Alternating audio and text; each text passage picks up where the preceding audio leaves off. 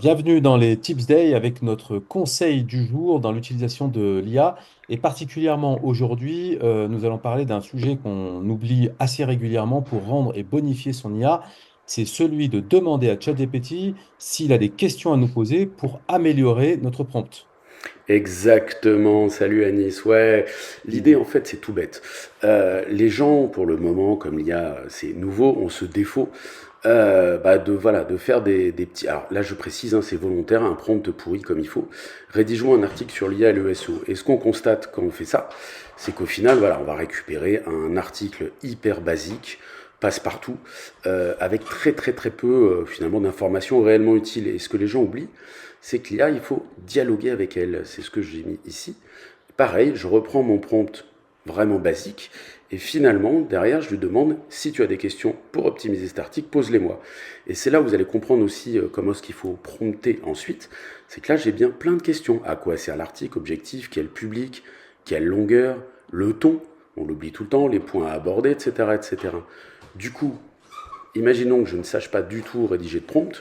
Je reprends, je pars de mon prompt basique, et derrière, je vais faire un truc tout bête. Je vais répondre à ces questions. Donc, c'est un article qui a pour but de former des marketeurs public cible. Le but principal, la longueur, je veux 600 mots. Je veux un ton formel et pédagogique. Je précise que je ne me suis pas foulé parce que c'est lui qui me l'a proposé. Voilà. Je veux un ton formel et pédagogique. Le but est d'expliquer comment on peut utiliser l'IA générative pour optimiser le SEO d'un site. Donc j'explique quelle est l'utilité de l'article. Et de là, et pourtant je ne suis pas encore dans un prompt optimisé, mais j'ai un article qui est bien plus complet, beaucoup mieux découpé, structuré que celui que j'avais avant. Et donc ça, c'est vraiment quelque chose que je vous recommande systématiquement, c'est de demander systématiquement ce qu'il vous pose les questions pour que l'IA vous explique les points qu'il manque. Précision, ça marche sur ChatGPT, ça marche sur Claude, ça marche sur toutes les IA.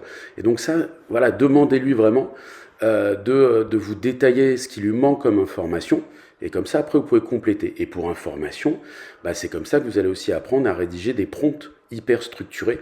Puisque là, globalement, vous avez toutes les infos pour un prompt le plus structuré possible, qui permet à ChatGPT de vous rédiger quelque chose voilà, qui correspond à votre demande.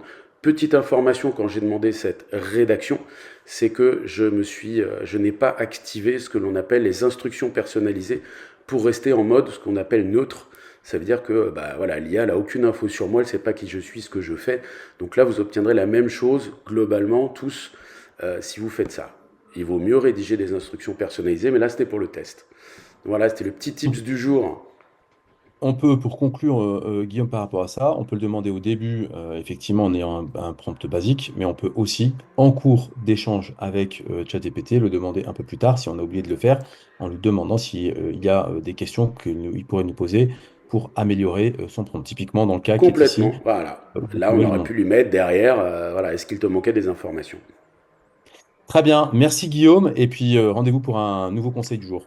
Ça roule, à plus, Salut! Anis.